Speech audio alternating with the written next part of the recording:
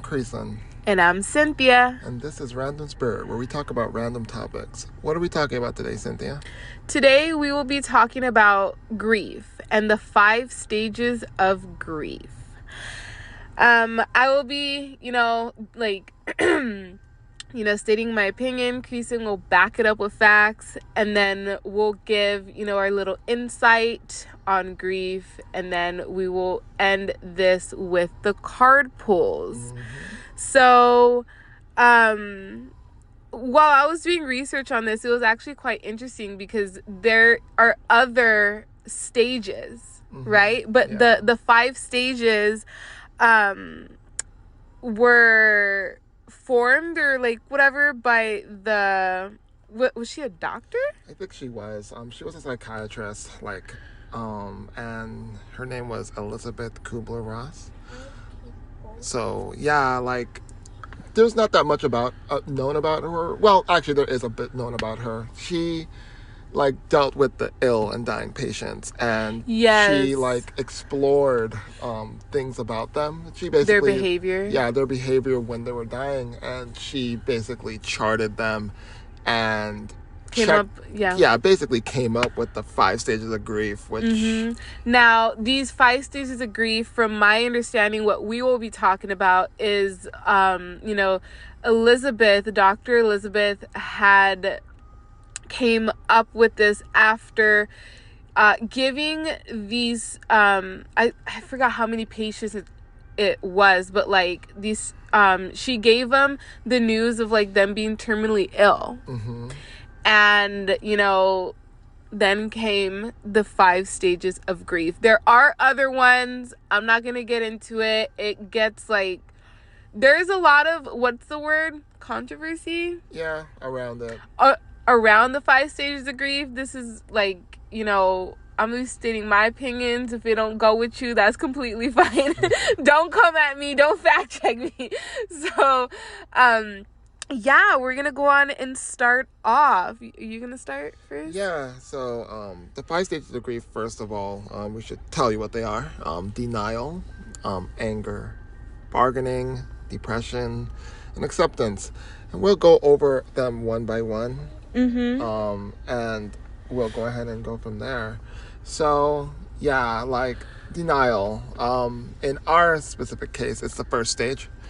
This is the part of where we're trying to say, this is not happening. This doesn't exist, and we make ourselves this alternate reality inside our minds that's hey, I'm fine. This is not happening, this is not real. Yeah. And this is out of fake or whatever, and it's not there.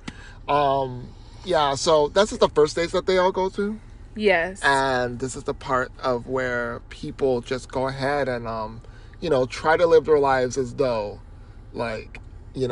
it's normal and there's nothing there. And if you ask them, it's gone. Yeah, so it's, my opinion on this, the whole denial, it's kind of it didn't, you're kind of suppressing it. Yeah. And you're pushing it to the side. I can see where the denial, where you're this isn't happening. This isn't you're not, the reality has not hit when the denial stage has, come. Now for the second stage. Yeah, the second stage is anger. And the second stage is anger. And anger is one of the hardest stages because it's the one where the person needs the most support. Usually in anger, you attack the people that are closest to you. You attack the people that care for you the most because they're the ones around you. And during that time, it's very difficult to get support when you are just angry, firing off at people, trying to find a reason or blame or a scapegoat or something for what's happening to you, for the loss that's happening. So in this stage, a lot of people would just go around lashing out, biting on people, just outright flaming on people. And if you don't have a good support system, it's one of the hardest stages to get support with. Yeah. You're always like festering at your own anger, and it's very difficult for people to be around you, to comfort you. You're like to listen to negative, you right? because you're just negative all the time. So yeah, like that's my thing when it comes to anger. Okay, so I just want to add into this too. Not everyone goes through all these 5 stages. You know, grieving is I mean, it's a real fucking thing, and it's an emotion, and it's like it's sad. Yeah. And you know, again, when I was doing this research, I had seen that there's a lot of people that get stuck. That, like, you know, having like the 5 stages or whatever, you know, and them, you know, researching and like seeing the 5 stage and them like getting upset at the fact, you know, maybe angry because of the fact that they haven't moved or anything. But I genuinely believe that, like, you know, with grief, you can't put a time, and you can't sit here and go through the steps, right? Yeah. But with anger, I can definitely see where, you know, you don't know what to do with your emotions, and I guess, I mean, you just lash out. And I do agree that, you know, you can lash out to the ones that you love. It's like an easy target. Your loved ones are an easy target, and you just probably fucking lash out, and it's the whole like emotions, and the huge emotion is the anger, you know. Next one. Yeah, next one would be bargaining. And this is where I feel that like things get a little tricky when it comes to loss, because I feel that bargaining is more of like a prevention. It, you know, like this is, so bargaining, the definition would be like you're basically pleading with God, or like pleading with like the doctors, or pleading with somebody that, hey, you know, like I really want this person to be here. If only like I can have like one more day or one more second or one more minute, you know, like with them or whatever, and like basically bargaining with them to keep it. Another way that this is like apparent is if you're going through something like in your own life, like let's say you were like, you know, diagnosed with like a critical disease or something. This is you going to, and being like, you know, please God, like if I had like, you know, an extra week to go ahead and like, you know, stay here, I would do this and that, my family would. That's the bargaining stage. Now, bargaining doesn't happen with all different types of loss. You know, like I don't feel that it happens with every single loss that you have. Like if you were to lose like a material thing or whatever, it's difficult to bargain because, like, you know, I mean, I guess you can be like, you know, oh God, you know, if I can get this thing back. But I don't feel it applies to every single type of loss. Yeah. You know, sometimes it's just too late and the loss is already done. Like, you know, like if someone is like has passed away or something. Maybe that's when you sit there and you know, question, you know, God or like the higher power, and you're like, why me? Like, why? And then the bargaining comes in. Like, yeah. I could have, you know, yeah. Yeah. So it's a big guilt like driven like emotion. The whole like you wish you did more or you wish you did something. But I still feel that it is one of the hardest ones to nail down. But yeah, do you have anything? Yeah, bargaining. I mean, fucking negotiation, dude. You know, you're trying to like negotiate, like, right? Yeah. Is that the right word? Yeah, negotiate is correct. Yeah, but like, I can totally see where you know, trying to like buy more time. I don't want to repeat myself, but it's kind of like that fact of like, you know, going back into the denial, you know, because you're having trouble with like the reality and accepting it. Yeah. Now the next one. So the next one is something that I feel a lot of people go through. Well, one of these is depression. So depression for me, and like in terms of the facts, is just, you know, you're depressed about like what happened. Yes. You're grieving the loss. And the most important part about depression is you have to go through the depression in order for you to be able to get to the last stage. And this is the stage where I feel that a lot of people kind of get jammed, because most people don't want to feel sad. Most people don't want to feel as though they're like dragging out. Most people don't want to like sit there and internalize the loss. And depression is one of those things that you go through as you're trying to, you know, internalize it. I mean, many people deal with depression in different ways, but the sad part is you must go through the process, and lots of people just get stuck on the top, of, denial, Yeah. anger, bargaining. It's like a loop. And they don't like to go ahead and go and deal with their emotions and live through their emotions in order for them to get through their emotions. Because you can't get to the last stage without fully going through this stage. So that's my thing with depression. It's the sad period. It's internalizing the loss. It's recognizing that, hey, this thing's not going to come back, and it's the part of where I feel a lot of people get stuck.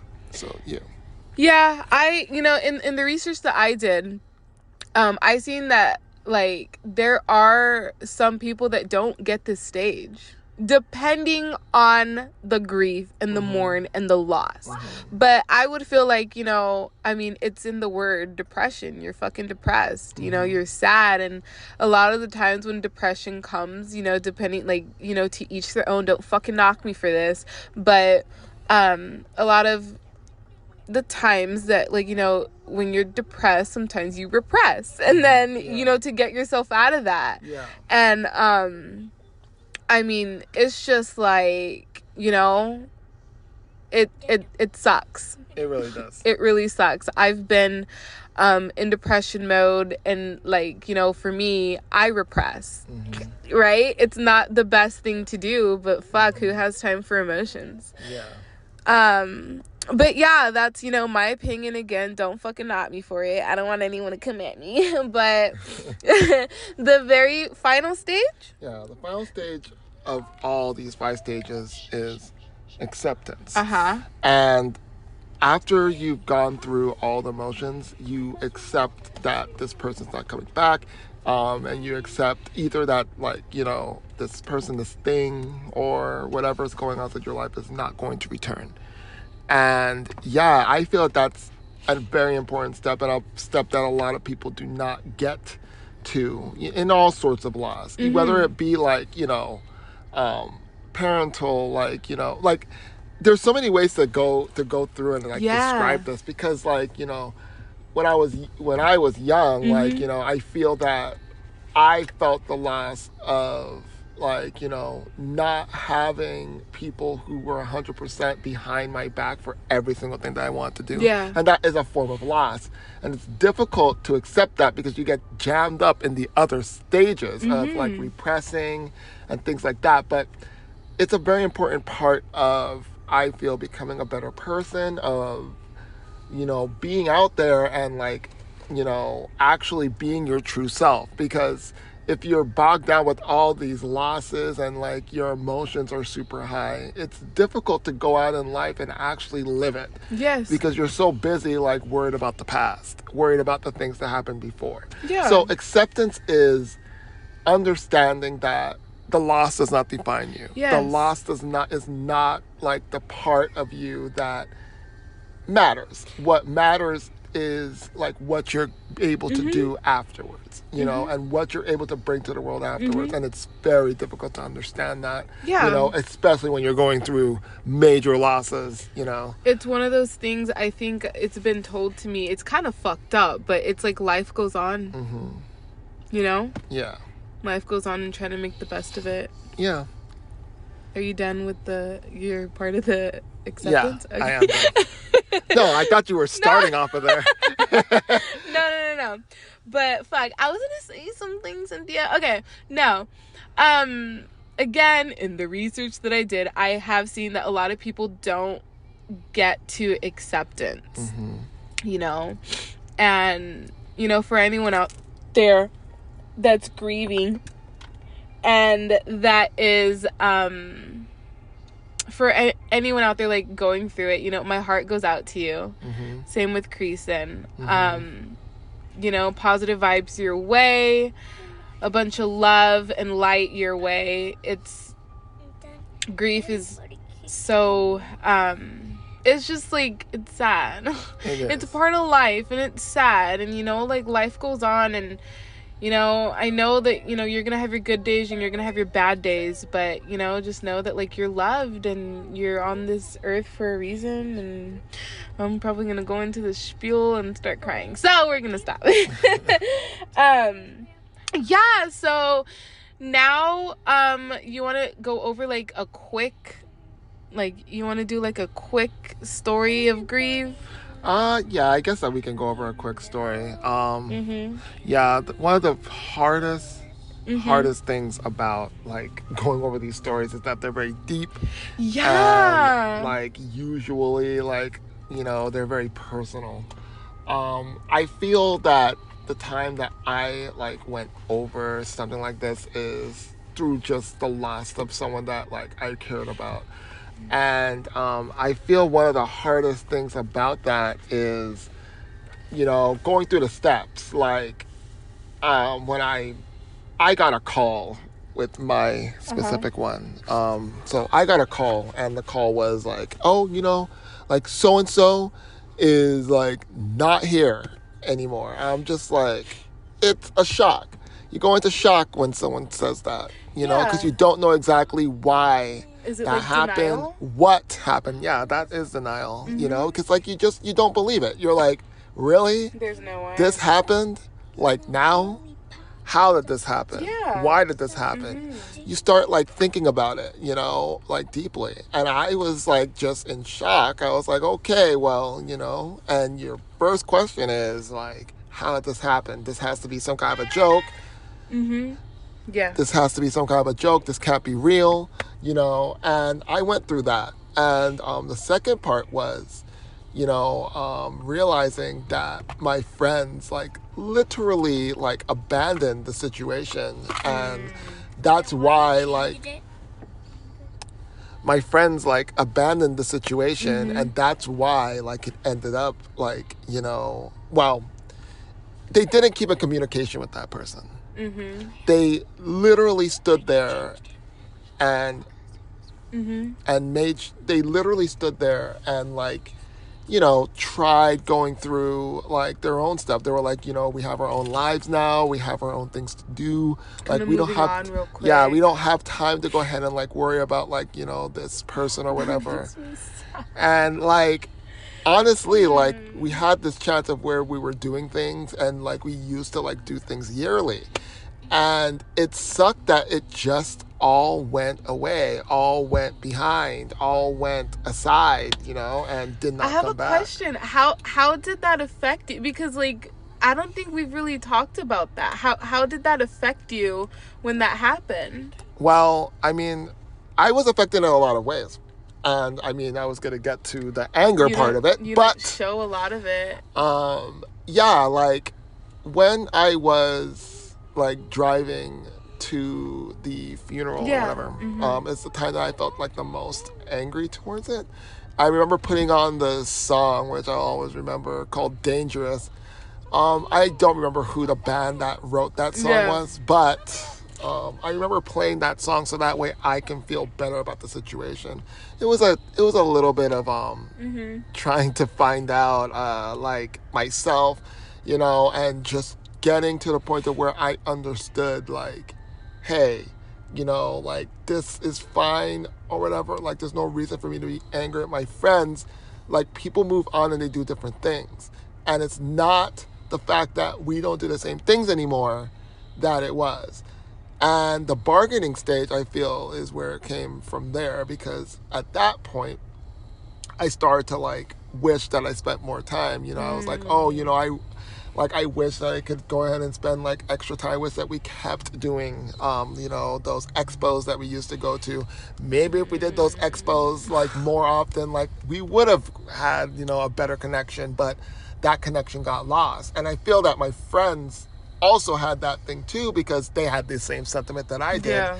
and they created a pact that we were always going to Mhm. like remain together and remain in one like Yeah. friendship chart.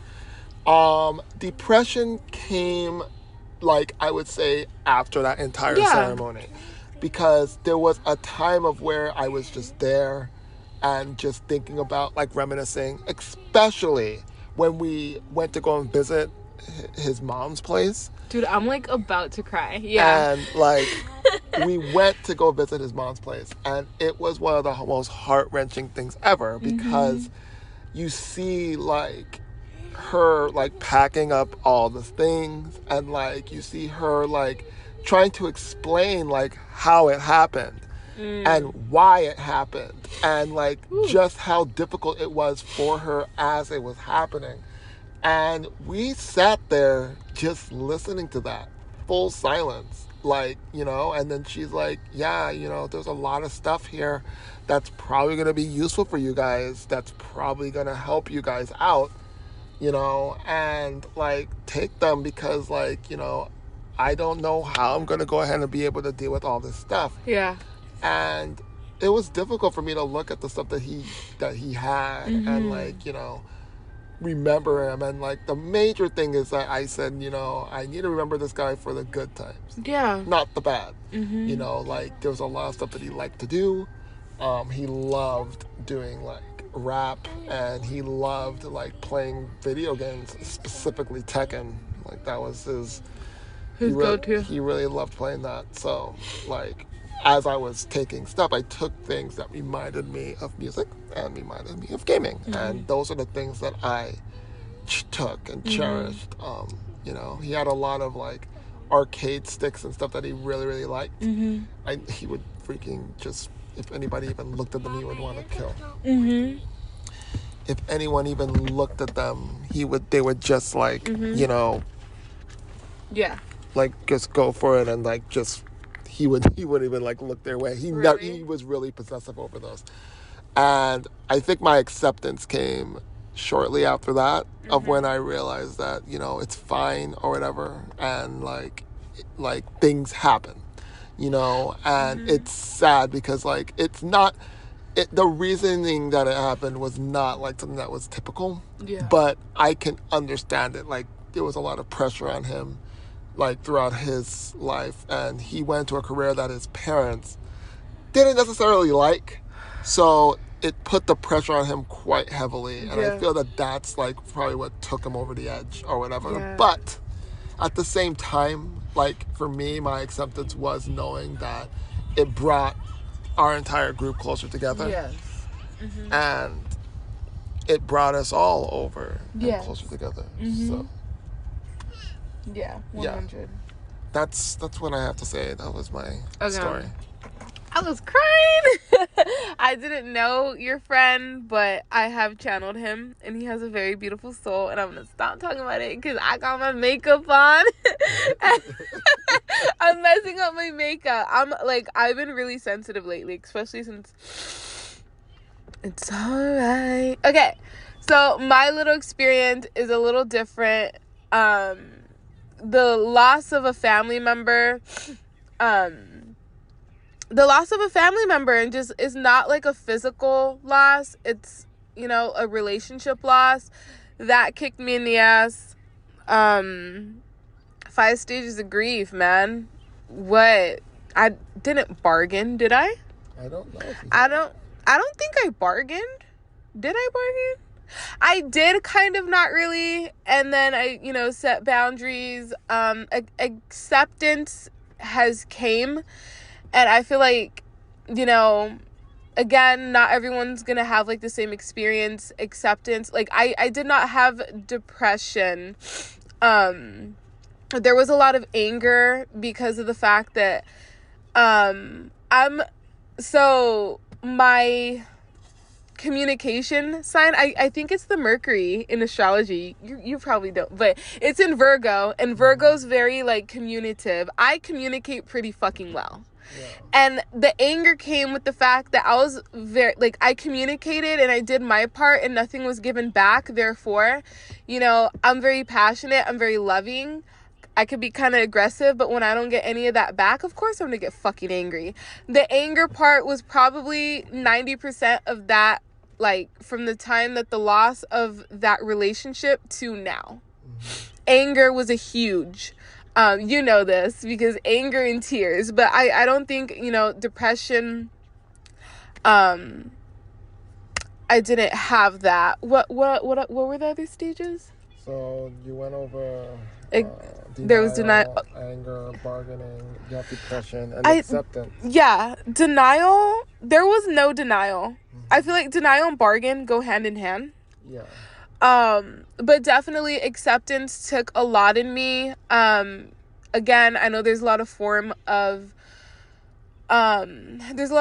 grief. You know, everyone handles it different. I just acceptance was rough, because accepting the fact that things are not going to go back to normal, and accepting the fact that this person, regardless of where we stand, I will always have mad love for this person. I don't really like talking about it. But that is like my form of grief.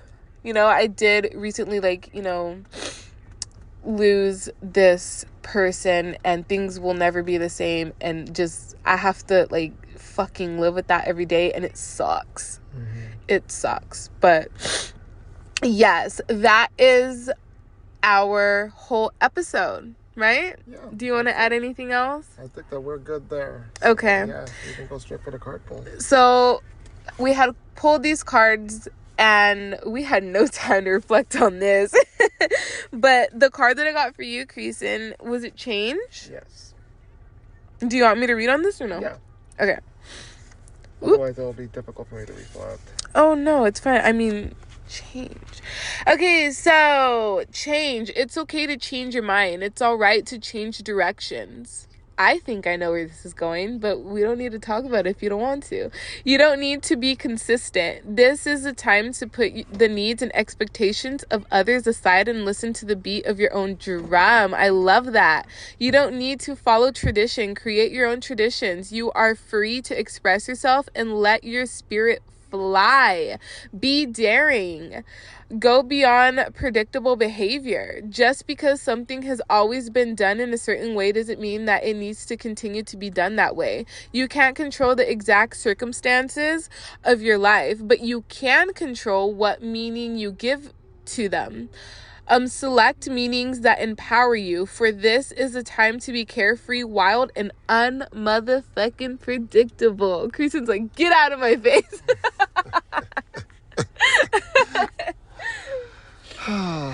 Yeah, well, that's a really, really uplifting card. Right? I mean, when I saw it, I was like, change, is it going to be negative? But it's actually pretty positive. It's basically saying to, Yeah, like... You're a Virgo.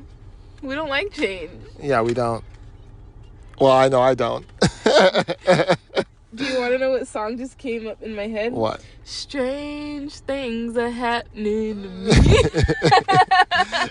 Yeah. Change. It's strange things that are changed. But yeah, I'm sorry. Go. No, but yeah, like I mean, once you get into a routine, it's kind of difficult to go ahead and deal with it. But to be honest, like, I mean, right now, we have been like breaking our mold and not doing any routines.